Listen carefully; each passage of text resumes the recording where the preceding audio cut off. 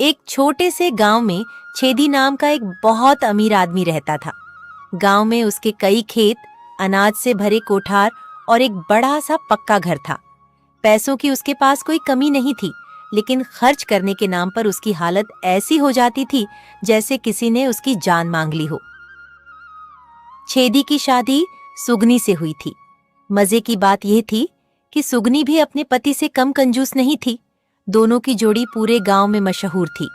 छेदी और सुगनी आंगन में बैठे थे।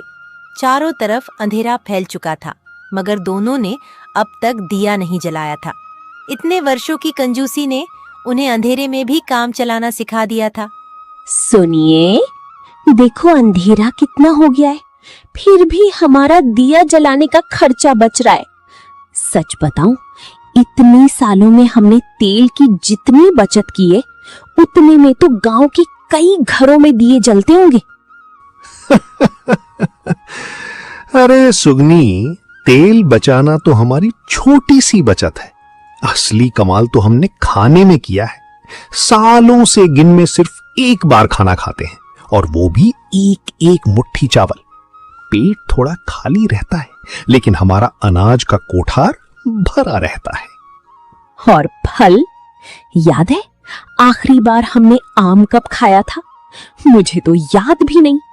इतने सालों से बाजार में आम, केले, अमरूद सब देखते हैं, लेकिन खरीदते एक भी नहीं। मैं तो फल देखकर ही सोच लेती हूँ, बहन तुम पेड़ पर ही अच्छी लगती हो, हमारे घर आने की जरूरत नहीं। सुगनी, सही कहती हो। लोग कहते हैं फल से सेहत अच्छी रहती है, लेकिन मैं कहता हूं हमारे लिए पैसा बचना ज्यादा जरूरी है। सेहत का क्या है, थोड़ा कम खाएंगे तो वैसे ही शरीर हल्का रहेगा। सुगनी हमेशा की तरह बिना दिया जलाए अपने आंगन में बैठे बातें कर रहे थे कि तभी उनके दरवाजे पर किसी ने आवाज लगाई। अरे ओ छेदी बेटा, घर पर हो क्या? इतनी रात को कौन आ गया? पहले पता करो कौन है, कहीं कुछ मांगने वाला ना हो। कौन है बाहर? मैं हूँ हरिराम, दरवाजा खोल बेटा, एक जरूरी बात बतानी है। छेदी ने धीरे से दरवाजा खोला। सामने हरिराम खड़े थे। आइए काका, क्या बात है? बेटा, तुम्हारे एक रिश्तेदार तुम्हारे घर आने वाले हैं। सोचा पहले तुम्हें खबर कर दूं, अचानक सामने आ जाए तो तुम घबरा ना जाना। मेरे रिश्तेदार? कैसे रिश्तेदार? पास वाले गांव में उन्हें कुछ जरूरी काम है। आज वहीं काम करेंगे और काम खत्म करके कल सुबह तुम्हारे घर आ जाएंगे। उन्होंने कहा है कि छेदी के घर ही रुकेंगे।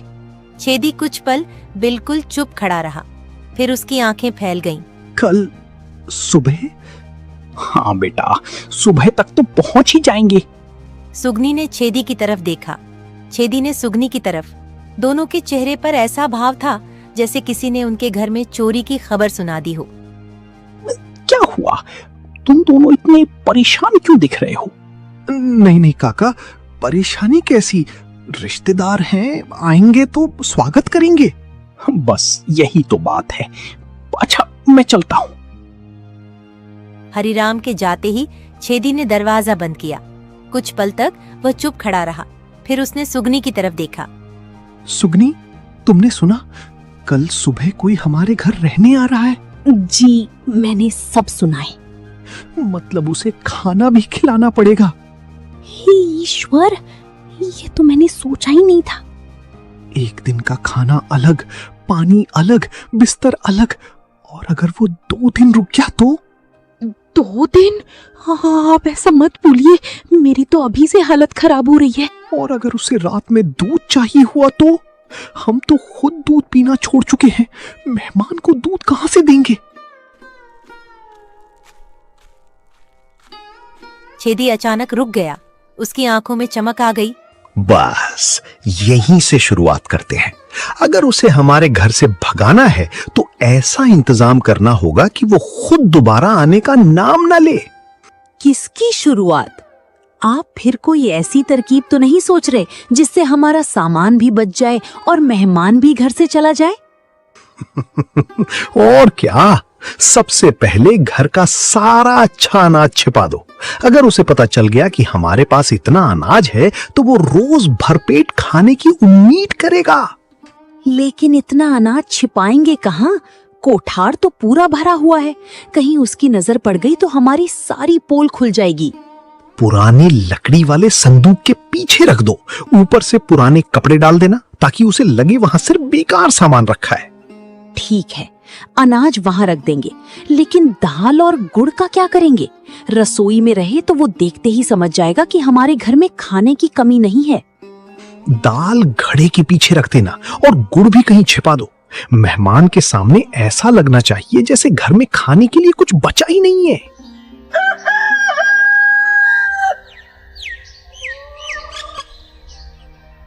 अगली सुबह छेदी और सुगनी सूरज निकलने से पहले ही उठ गए। रात भर दोनों ने मिलकर घर की सारी अच्छी चीजें छिपा दी थीं। अनाज की बोरियां पीछे वाले कमरे में रख दी गई थीं। घी और गुड़ भी ऐसी जगह छिपा दिए गए थे जहां किसी की नजर न पड़े। घर की अच्छी चारपाई हटाकर सामने वहीं पुरानी टूटी खाट डाल दी गई थी और रसोई में भी ऐसा सामान रखा था जिससे देखने वाले को लगे कि घर में खाने के लिए कुछ खास बचा ही नहीं है। सुगनी अपनी योजना के अगले हिस्से के लिए तैयार थी। वह जानती थी कि सिर्फ घर को गरीब दिखाने से काम नहीं चलेगा, इसलिए वह सुबह से ही एक खाट पर लेट गई और पेट पकड़कर कराहने का अभिनय करने लगी।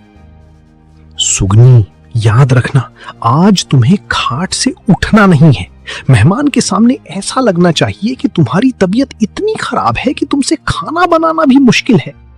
अगर तुम रसोई में चली गई और उसने घर का अच्छा सामान देख लिया तो हमारी सारी मेहनत बेकार हो जाएगी। आप बिल्कुल चिंता मत कीजिए। आज मैं ऐसी बीमार बनूंगी कि अगर कोई मुझे देखकर दवा भी देने आएगा तो मैं उससे कह दूंगी कि दवा खरीदने के पैसे हमारे पास नहीं हैं। ना मैं उठूंगी, ना खाना बनाऊंगी और ना ही ऐसा कोई काम करूंगी जिससे उसे लगे कि इस घर में सब कुछ ठीक चल रहा है। तभी दरवाजे पर दस्तक हुई। दोनों एक पल के लिए ठिठक गए। सुगनी तुरंत खाट पर और ज्यादा निढाल होकर लेट गई। छेदी ने दरवाजा खोला तो सामने एक थका हुआ आदमी अपनी पत्नी के साथ खड़ा था। उसके हाथ में सामान की गठरी थी और चेहरे पर सफर की थकान साफ दिखाई दे रही थी। वह छेदी का रिश्तेदार था। अरे छेदी, कितने सालों बाद तुमसे मिलने का मौका मिला। कल पास वाले गांव में काम था, इसलिए सोचा काम खत्म करके सीधे तुम्हारे घर आ जाऊं। रास्ता थोड़ा लंबा था, लेकिन मन में यही था कि अपने रिश्तेदार के घर पहुंचकर आराम करूंगा। अरे, आप आ गए। हमारे घर आने की तकलीफ क्यों की? आपको तो पहले ही बता देना चाहिए था कि हमारा हाल इन दिनों बहुत अच्छा नहीं चल रहा। फिर भी आप आ गए, यही हमारे लिए बहुत बड़ी बात है। आइए, अंदर आइए। रिश्तेदार अंदर आया तो उसकी नजर सीधे खाट पर पड़ी जहां सुगनी पेट पकड़कर लेटी हुई थी। अरे बहन को क्या हुआ? इतनी परेशान क्यों पड़ी है? क्या बताऊं, कई दिनों से पेट में बहुत दर्द रहता है। दवा करवाने की सोचते हैं, लेकिन इस समय घर की हालत ऐसी है कि दवा के लिए भी पैसे निकालना मुश्किल हो गया है। ऊपर से इस साल हमारी फसल भी पूरी तरह खराब हो गई। जो कुछ खेत से मिलने की उम्मीद थी वो भी हाथ नहीं आया। बस किसी तरह घर चला रहे हैं। बहन, आप इतनी तकलीफ में हैं और फिर भी इलाज नहीं करवाया? कम से कम मुझे खबर कर देते, अपना ही समझकर मेरी मदद मांग लेती।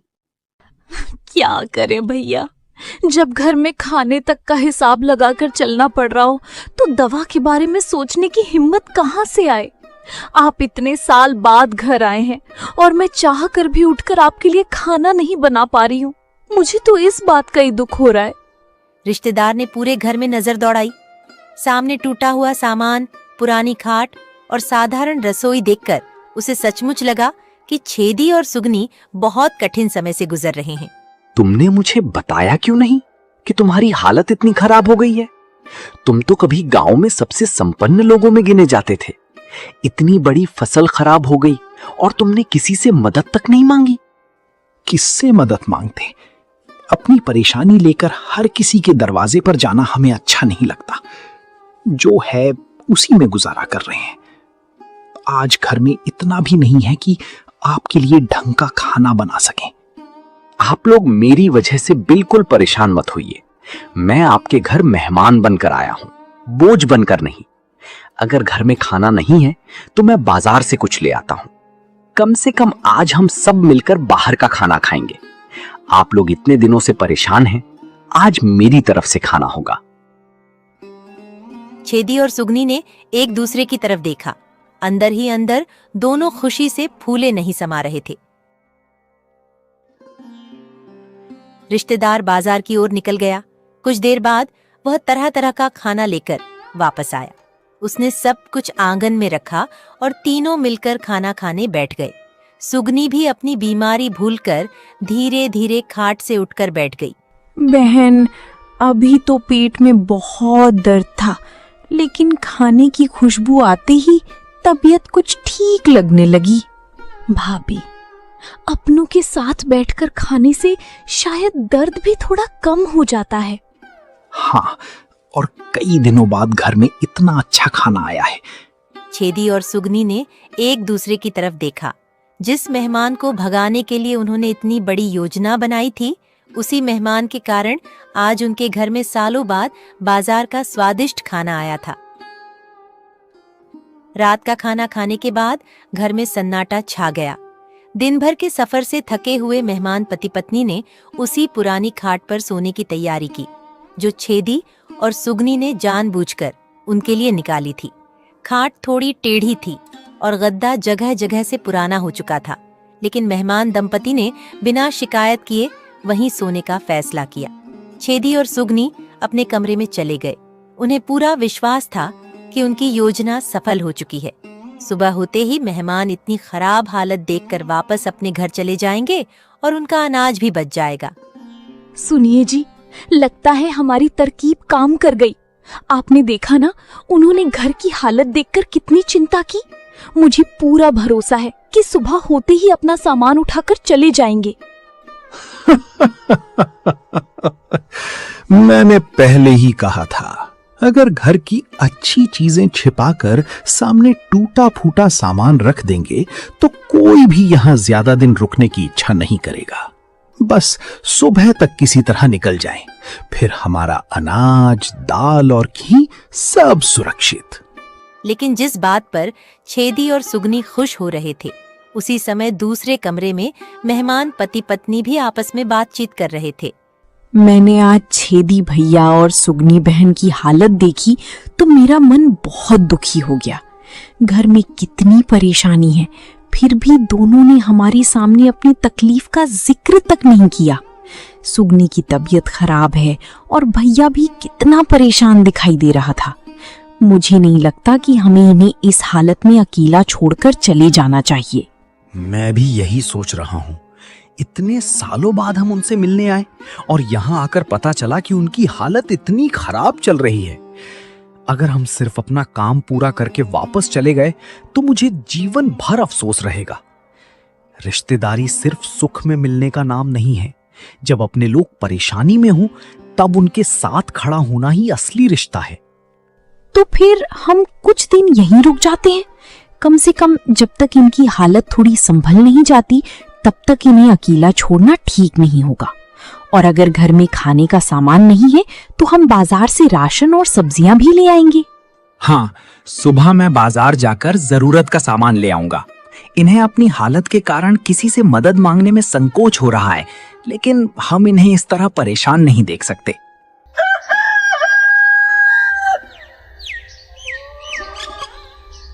सुबह होते ही छेदी सबसे पहले उठ गया।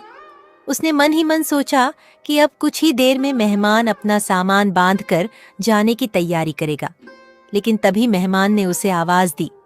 छेदी भैया, जरा इधर आना। छेदी मन ही मन खुश होता हुआ बाहर आया।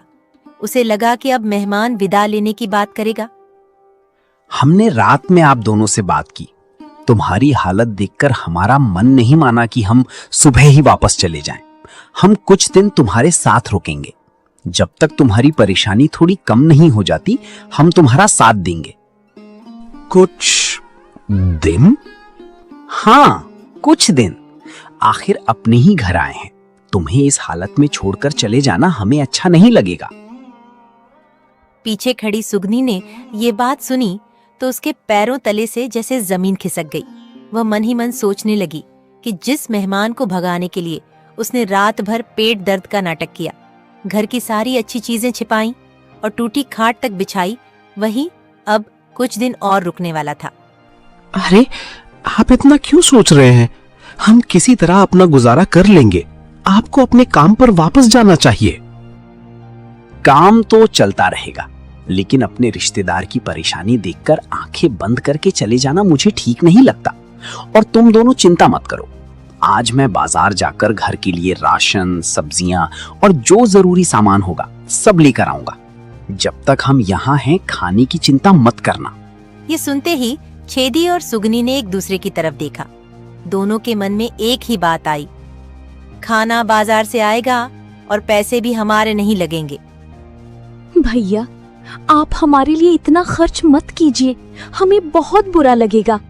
इसमें बुरा मानने की कोई बात नहीं है। अगर अपने लोग ही एक दूसरे के काम नहीं आएंगे तो फिर रिश्तेदारी किस काम की। आप दोनों बस आराम कीजिए। सुगनी ने सिर झुका लिया। अंदर से वह जितनी परेशान थी उतनी ही खुश भी थी कि खाने का खर्च उसके घर से नहीं होने वाला था। छेदी भी मन ही मन सोच रहा था कि उसकी योजना भले ही पूरी तरह सफल नहीं हुई, लेकिन एक फायदा जरूर हो गया था। मेहमान खुद बाजार से खाना और सामान लाने वाला था। कुछ ही देर बाद मेहमान पति पत्नी बाजार के लिए निकल गए। उनके जाते ही सुगनी ने धीरे से कहा, सुनिए जी, ये तो उल्टा ही हो गया। हम इन्हें भगाने की कोशिश कर रहे थे और अब ये हमारे लिए राशन खरीद कर ला रहे हैं। चुप रहो। जितने दिन ये अपने पैसे से सामान लाएंगे उतने दिन हमारे पैसे बचेंगे। बस एक बात का ध्यान रखना, उन्हें हमारे असली अनाज और खेतों की खबर नहीं होनी चाहिए। वही तो सबसे बड़ी चिंता है। अगर उन्होंने खेत देख लिए तो हमारी सारी पोल खुल जाएगी। उन्हें पता चल जाएगा कि फसल खराब होने की बात हमने सिर्फ उन्हें भगाने के लिए कही थी।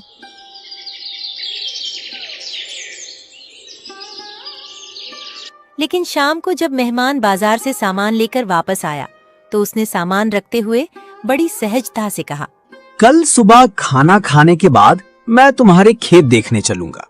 इतने सालों से तुम्हारे खेतों के बारे में सुनता आया हूँ, इस बार खुद देख भी लूंगा। छेदी का चेहरा सफेद पड़ गया। दोनों ने एक दूसरे की तरफ देखा। जिस चीज से वे सबसे ज्यादा डर रहे थे वही अब उनके सामने खड़ी थी। उनके खेत, जहां उनकी गरीबी का नाटक एक पल में खत्म हो सकता था।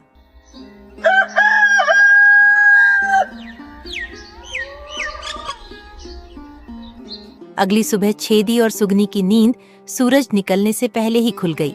रात से ही दोनों के मन में एक ही डर था। आज मेहमान उनके खेत देखने जाने की जिद कर रहा था। मेहमान पति पत्नी ने नाश्ता किया और खेतों की ओर चलने के लिए तैयार हो गए।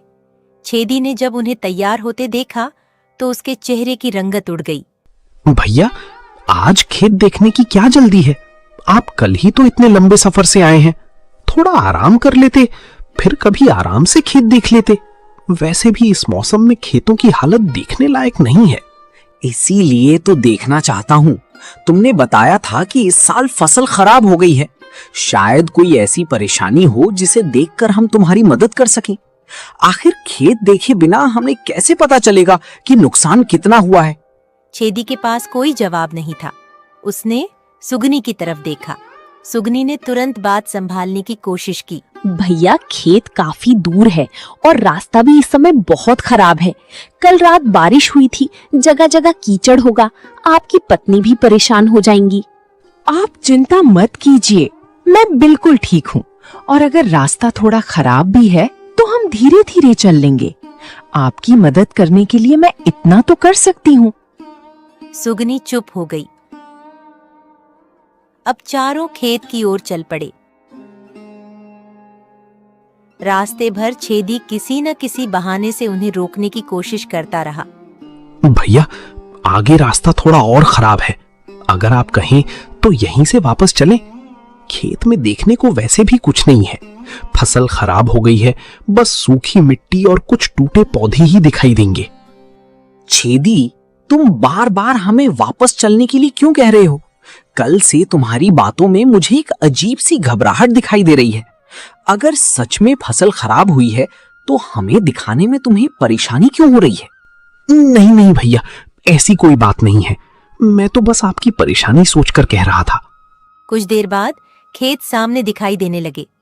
छेदी के कदम अचानक धीमे हो गए। सुगनी भी चुप हो गई, क्योंकि सामने का दृश्य देखकर दोनों के चेहरे का रंग उड़ चुका था। खेत में फसल लहलहा रही थी। गेहूं की बालियां हवा के साथ झूम रही थीं और खेत दूर तक हरा भरा दिखाई दे रहा था। कहीं से भी ऐसा नहीं लग रहा था कि फसल खराब हुई है। मेहमान कुछ पल तक खेत को देखता रहा। छेदी, तुमने तो कहा था कि इस साल तुम्हारी पूरी फसल खराब हो गई है, लेकिन यहाँ तो खेत बिल्कुल हरा भरा है। ये कैसी खराब फसल है? वो भैया, असल में भैया, फसल तो दिखने में अच्छी लग रही है, लेकिन इससे क्या होता है? असली अनाज तो बहुत कम निकलेगा। हमने तो लेकिन आपने तो कल कहा था कि फसल पूरी तरह खराब हो गई है। अभी कह रही हैं कि फसल अच्छी है लेकिन अनाज कम निकलेगा। आखिर सच क्या है? मेरा मतलब था कि भैया, खेत देखकर आप परेशान मत होइए। फसल ऊपर से अच्छी दिख रही है, लेकिन हमें बहुत नुकसान हुआ है। कई हिस्सों में कीड़े लग गए थे और जो अनाज बचा है वो भी इतना नहीं कि हमारा साल निकल सके। मेहमान कुछ देर चुपचाप खेत को देखता रहा। फिर उसने खेत के किनारे बने एक पुराने कमरे की तरफ इशारा किया। वो कमरा किसका है? वो तो पुराना कमरा है, उसमें कुछ नहीं रखा। तो फिर चलकर देख लेते हैं। अगर कुछ नहीं है तो हमें भी तसल्ली हो जाएगी। अरे नहीं, उसमें जाने की जरूरत नहीं है। कमरा बहुत पुराना है, अंदर धूल, मिट्टी और कबाड़ भरा पड़ा है। आपको वहां जाकर क्या मिलेगा? तुम हमें उस कमरे के पास भी नहीं जाने दे रहे हो। अब तो मुझे देखना ही पड़ेगा कि आखिर ऐसा क्या है जिसे तुम हमसे छिपाना चाहते हो। छेदी ने रोकने की कोशिश की, लेकिन मेहमान आगे बढ़ गया। दरवाजा खोला गया। अंदर अंधेरा था। सामने बोरे ही बोरे दिखाई दी, अनाज से भरे हुए। एक तरफ गेहूं की बोरियां थीं, दूसरी तरफ चावल के बोरे। कुछ बोरे इतने भरे हुए थे कि उनके मुंह से अनाज बाहर झांक रहा था। मेहमान की पत्नी भी दरवाजे तक आ गई। वह कुछ पल तक उस कमरे को देखती रही। फिर उसने अपने पति की तरफ देखा। दोनों की आंखों में अब हैरानी थी। छेदी और सुगनी पीछे खड़े सिर झुकाए हुए थे। छेदी, अगर तुम्हारे घर में खाने तक के पैसे नहीं है और फसल भी खराब हो गई है, तो फिर ये इतना सारा अनाज किसका है? भैया, आप गलत समझ रहे हैं। ये सारा अनाज हमारा नहीं है। पास के गांव के किसान ने कुछ दिनों के लिए यहाँ रखने को दिया है। उसके घर में जगह नहीं थी, इसलिए उसने मेरे पास रखवा दिया। हम तो खुद मुश्किल से अपना गुजारा कर रहे हैं। अच्छा, अगर ये अनाज तुम्हारा नहीं है तो तुम हमें इस कमरे के पास आने से रोक क्यों रहे थे? और कल जब मैंने खेत देखने की बात की थी, तब भी तुम बार बार रास्ते से वापस चलने को कह रहे थे। तुम्हारी परेशानी देखकर मुझे पहले ही कुछ अजीब लग रहा था, लेकिन अब तो तुम्हारी बातें आपस में मेल ही नहीं खा रही हैं। भैया, आप इनकी बात का गलत मतलब मत निकालिए। ये बस इसलिए घबरा गई हैं क्योंकि घर में हमारा थोड़ा बहुत अनाज भी रखा है और हम उसे किसी को दिखाना नहीं चाहते थे। लेकिन अभी तो आपने कहा कि घर में खाने तक के लिए अनाज नहीं है, फिर ये थोड़ा बहुत अनाज इतना सारा कैसे हो गया? सुगनी चुप हो गई। छेदी ने उसकी तरफ देखा, जैसे उसकी एक बात ने उसके सारे झूठ पर पानी फेर दिया हो। मेहमान की पत्नी धीरे धीरे कमरे में आगे बढ़ी। उसने एक बोरे का मुंह देखा और फिर दूसरे बोरे की तरफ इशारा किया। अब मुझे समझ आ रहा है कि कल घर में हमें इतना साधारण खाना क्यों दिया गया था। आपने अच्छी चीजें कहीं छिपा दी थीं। घी भी घर में था, दाल भी थी और अच्छा चावल भी, लेकिन आपने हमारे सामने ऐसा दिखाया जैसे घर में खाने को कुछ बचा ही नहीं। छेदी, हम तुम्हारे घर मदद करने के इरादे से आए थे। तुम्हारी हालत देखकर हमें सच में लगा कि तुम दोनों बहुत परेशानी में हो।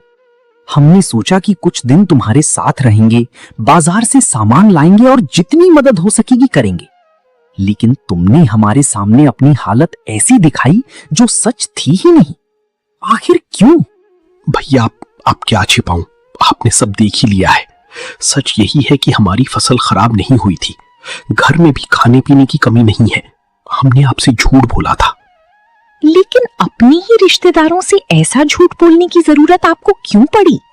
क्योंकि हमें डर था कि आप हमारे घर आकर ज्यादा दिन रुकेंगे और हमारी घर का सामान खर्च हो जाएगा। हम सालों से पैसे और अनाज बचाते आए हैं। हमें लगता है कि जितना कम खर्च करेंगे उतना ही ज्यादा धन हमारे पास रहेगा। इतना बचाते बचाते क्या तुम दोनों ने कभी एक पल रुककर ये सोचा कि तुम सच में जिंदगी जी भी रहे हो या बस हर दिन पैसा और सामान बचाने में ही लगे हुए हो? आखिर बचत किस काम की अगर उसके साथ जिंदगी की खुशियां ही खत्म हो जाएं? छेदी और सुगनी चुप रही। कुछ देर बाद छेदी ने अपनी बात कहनी शुरू की। भैया, हम मानते हैं कि हम बहुत कंजूस हैं, लेकिन हमें लगता रहा कि यही हमारी समझदारी है। शादी के बाद से हमने घर में दिया तक कम ही जलाया, तेल बचाया, दिन में एक ही बार खाना खाया, एक एक मुट्ठी चावल से गुजारा किया। कई कई साल फल नहीं खरीदे। पुराने कपड़े फट गए तो उन्हें जोड़कर पहनते रहे, बर्तन टूट गए तो उन्हें भी मरम्मत करके चलाते रहे। हमें हमेशा यही डर लगा रहा कि अगर आज थोड़ा खर्च कर दिया तो कल क्या होगा। हमने सिर्फ अपना खाना और सामान ही नहीं बचाया, बल्कि अपनी जिंदगी के छोटे छोटे सुख भी बचाते बचाते छोड़ दिए। हमें लगता था कि पैसा संदूक में रखा रहेगा तो हमारा भविष्य सुरक्षित रहेगा। धीरे धीरे हमें हर खर्च बुरा लगने लगा। किसी के आने पर भी सबसे पहले यही सोचते हैं कि उसके खाने में कितना अनाज लगेगा और कितने पैसे खर्च होंगे। मेहमान और उसकी पत्नी एक दूसरे की तरफ देखने लगे। उनके चेहरे पर गुस्सा नहीं था, बल्कि दुख था। पैसा बचाना गलत नहीं है। मुश्किल समय के लिए धन संभाल कर रखना समझदारी है।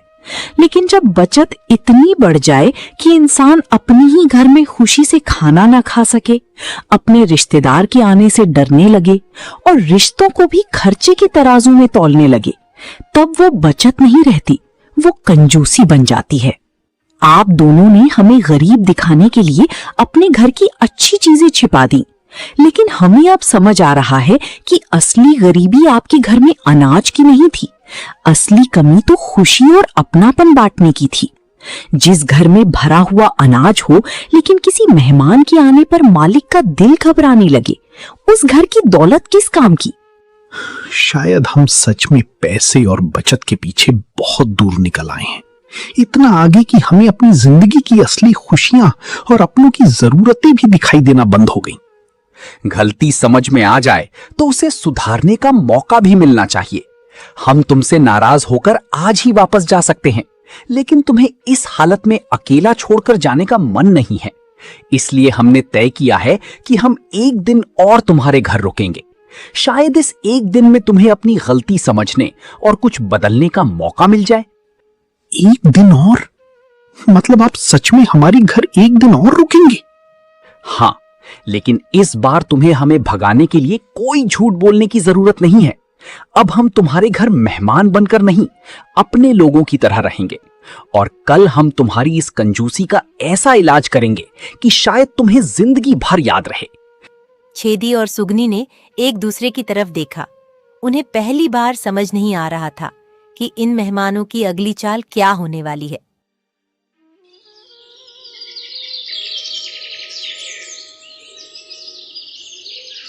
मेहमान पति पत्नी ने अब पूरे घर की सच्चाई समझ ली थी। जहां जहां छेदी और सुगनी ने अनाज, दाल, घी, गुड़ और दूसरी खाने पीने की चीजें छिपा रखी थीं, वहां वहां उन्हें भरा हुआ सामान मिल गया। दोनों मेहमान एक दूसरे की तरफ देखकर समझ गए कि छेदी और सुगनी गरीब नहीं थे, बल्कि अपनी दौलत को खर्च करने के डर से खुद ही सुखों से दूर हो गए थे। रात को दोनों मेहमान आपस में बैठकर बात करने लगे। अब हमें इन्हें डांटने से कोई फायदा नहीं होगा। इन्होंने इतने साल इसी सोच में गुजार दिए कि पैसा और अनाज खर्च हो गया तो सब खत्म हो जाएगा। हमें इन्हें ऐसा अनुभव देना चाहिए जिससे इन्हें खुद समझ आए कि जरूरत से ज्यादा बचाना भी इंसान को दुखी कर सकता है। मैं भी यही सोच रही थी। कल जब हम यहाँ से जाएंगे उससे पहले मैं इनके घर ऐसा खाना बनाऊंगी जिसमें इनके घर की वही चीजें इस्तेमाल होंगी जिन्हें इन्होंने सालों से छिपा कर रखा है। शायद एक बार भरपेट और खुशी से खाना खाने के बाद इन्हें एहसास हो कि इन्होंने कितनी बड़ी गलती की है।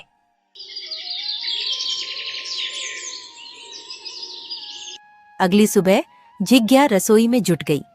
उसने घर में रखा अच्छा चावल निकाला, दाल बनाई, सब्जियां तैयार की, घी से पूरियां बनाई, साथ में मिठाई और तरह तरह के पकवान भी बनाए। थोड़ी ही देर में पूरे घर में स्वादिष्ट खाने की खुशबू फैल गई। छेदी और सुगनी रसोई के दरवाजे पर खड़े उस खाने को देखते रह गए। सुनिए जी, इतने सारे पकवान मैंने अपने घर में जाने कितने सालों बाद देखे हैं। हमने तो हमेशा यही सोचा कि अच्छा खाना खा लिया तो अनाज और पैसा कम हो जाएगा। हाँ सुगनी, हमने धन तो बचाया लेकिन उसके साथ मिलने वाली खुशी कभी नहीं जी। आज समझ आ रहा है कि हम भूखे इसलिए नहीं थे कि हमारे पास खाना नहीं था, बल्कि इसलिए थे क्योंकि हमने खुद को खाने की इजाजत ही नहीं दी। चारों खाने के लिए बैठे। शुरुआत में छेदी और सुगनी संकोच कर रहे थे, लेकिन जिज्ञा ने दोनों की थाली में प्यार से खाना परोसा। आज किसी चीज को बचा कर मत रखिए, जितना मन करे उतना खाइए और बिना किसी चिंता के इस खाने का आनंद लीजिए। ये सब आपका ही है। आपने इतने साल हर चीज को बचा कर रखा, आज पहली बार इसे अपने लिए इस्तेमाल कीजिए और अपने मन की खुशी पूरी कीजिए। छेदी और सुगनी ने खाना शुरू किया, एक निवाला फिर दूसरा, और देखते ही देखते दोनों ने वर्षों बाद पेट भरकर स्वादिष्ट खाना खाया। भाभी, आज मुझे समझ आया कि हमने कितनी बड़ी गलती की। घर में इतना सब कुछ होते हुए भी हम खुद को एक मुट्ठी चावल तक सीमित रखते रहे। हमें लगता था कि ज्यादा बचत करना ही समझदारी है, लेकिन आज पता चला कि अपनों के साथ खुशी के 2 पल बिताना और अपने हिस्से की खुशी स्वीकार करना भी जिंदगी के लिए बहुत जरूरी है। भैया, आपने और भाभी ने हमें जो समझाया है वो शायद कोई डांट भी हमें कभी नहीं समझा सकती थी। हमने सालों तक पैसा और अनाज तो बचाया, लेकिन उसी के चक्कर में अपनी जिंदगी के कितने अच्छे दिन खो दिए। अब हमें सच में अपनी गलती का पछतावा है और हम आगे से धन के साथ अपनी खुशियों और रिश्तों का भी ध्यान रखेंगे।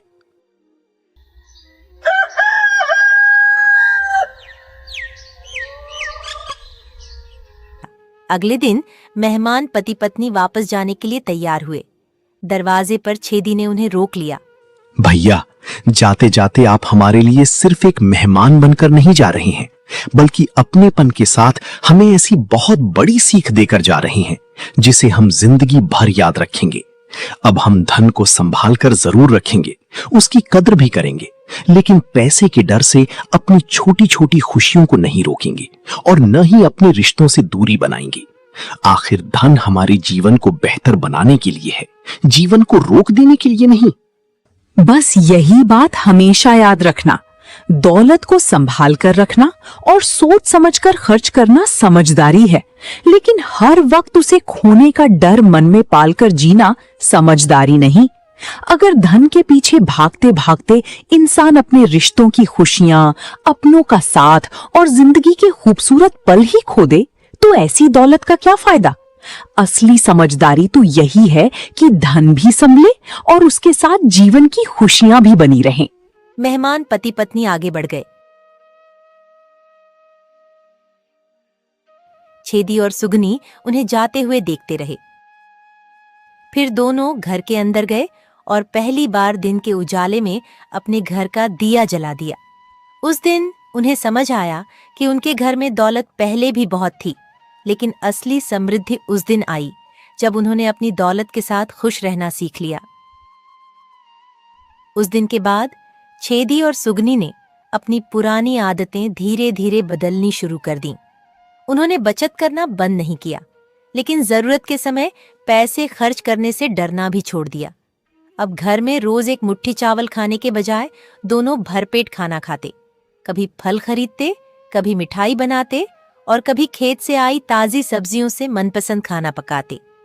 एक शाम सुगनी ने घर में दिया जलाया तो छेदी कुछ देर उसे देखता रहा। हाँ, और खाना भी था, बस हम उसे खाने से डरते थे। हर चीज को बचाते बचाते हमने अपनी ही जिंदगी को जैसे रोक दिया था। तेल बचाया, अनाज बचाया, पैसे बचाए, लेकिन ये कभी नहीं सोचा कि इन चीजों का इस्तेमाल भी तो हमारे सुख के लिए ही होना था। सच कह रही हो सुगनी, हमें लगता था कि बचत करना ही समझदारी है, लेकिन अब समझ आ रहा है कि जरूरत के समय खर्च न किया जाए तो बचत भी किस काम की। इतने साल हम चीजें बचाते रहे और जिंदगी हमारे सामने से गुजरती रही। शायद अब हमें ये सीखना होगा कि पैसा और सामान हमारे लिए हैं, हम उनके लिए नहीं। जरूरत हो तो दिया जलाना भी गलत नहीं, और भूख लगे तो भरपेट खाना भी।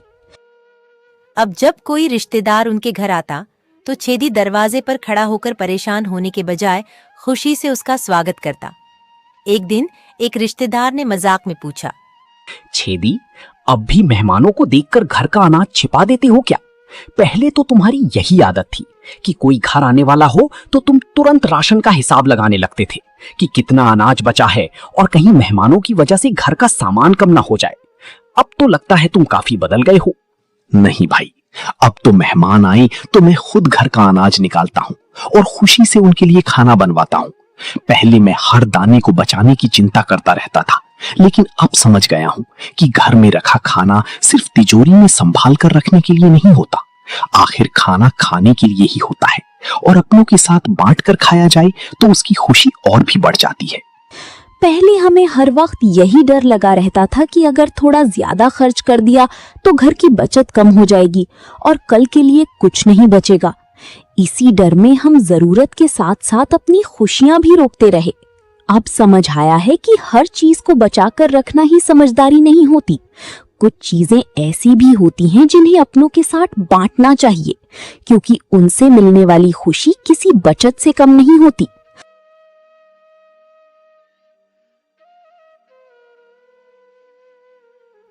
समय के साथ छेदी और सुगनी की जिंदगी बदल गई। उन्होंने धन की कदर करना नहीं छोड़ा, लेकिन धन को अपनी खुशी से बड़ा बनाना जरूर छोड़ दिया। अब उनके घर में अनाज भी था, पैसा भी था, और सबसे बड़ी बात, घर में खुशियां भी थीं। हमने इतने साल अपनी दौलत को संभाल कर रखा और हर पैसे, हर दाने को बचाने में लगे रहे। हमें लगता था कि घर में जितना ज्यादा पैसा और अनाज जमा रहेगा, उतना ही हमारा जीवन सुरक्षित रहेगा। लेकिन उस दिन हमें समझ आया कि असली दौलत सिर्फ घर में रखा पैसा, अनाज या सामान नहीं है। असली दौलत तो तब है जब हम अपनी मेहनत से कमाई चीजों का इस्तेमाल अपनी और अपनों की खुशी के लिए करें, जरूरत के समय किसी के काम आए और बिना डर के जीवन के अच्छे पलों का आनंद लें। और सबसे हैरानी की बात तो ये है कि ये सीख हमें उन्हीं मेहमानों ने दी जिन्हें घर से भगाने के लिए हमने इतनी बड़ी योजना बनाई थी। हम सोच रहे थे कि उनके आने से हमारा खर्च बढ़ जाएगा और हमारा अनाज कम हो जाएगा, लेकिन उन्होंने तो जाते जाते हमारी सोच ही बदल दी। आज समझ आया कि जिन्हें हम अपने लिए बोझ समझ रहे थे, वही हमें जिंदगी जीने का सबसे जरूरी सबक दे गए। दोनों हंस पड़ते। बचत करना अच्छी आदत है, लेकिन जरूरत और खुशी के समय भी खर्च करने से डरना कंजूसी है। पैसा और सामान जिंदगी को बेहतर बनाने के लिए होते हैं, जिंदगी को रोक कर रखने के लिए नहीं। असली दौलत वही है जिसका सुख इंसान खुद भी ले और अपनों के साथ बांट भी सके। जरूरत के लिए बचाना समझदारी है, लेकिन हर खुशी को कल के लिए टालते रहना भी एक तरह की गरीबी है। धन तभी सार्थक है जब वह हमारे जीवन में सुकून, खुशी और अपनों के साथ बिताए खूबसूरत पल लेकर आए।